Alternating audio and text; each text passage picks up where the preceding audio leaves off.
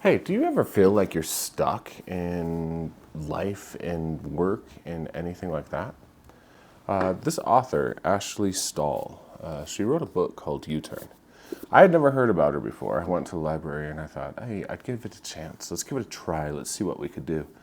And I actually ended up enjoying this book enough that I wanted to talk about it with you. This book was full of prompts and self-reflection and journal guidance that I actually did it with my own little reading journal. I really liked the simplicity of how this book came across.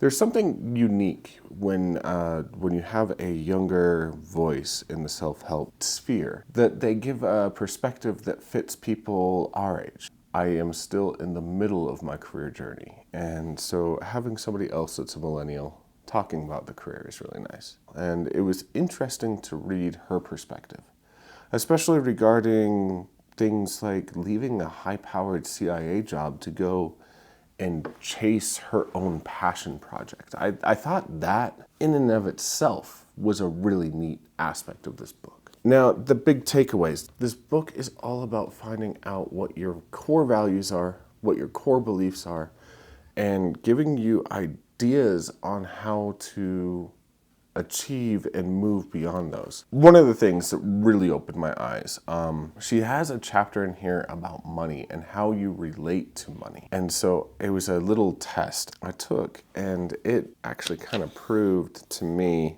my relationship with money is broken. I have a hard time with it, and that's something that I intend to journal about in the future. A little bit of shadow work, if you will. She does a good job of breaking down where your core values and your core strengths fit.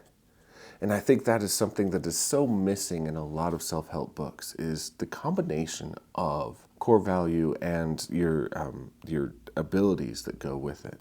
As good as it was, as wonderful as this book was, the last 4 or 5 chapters, I didn't enjoy as much as the first little bit. And it could be because my situation is different from her target audience, but I was hoping for more. I will say the admission that she had at the end of the book, that she wrote this when she overextended her business and was starting to looking at bankruptcy, that she had to move back in with her parents due to like increasing debt, and that her sister had died due to complications of a drug overdose.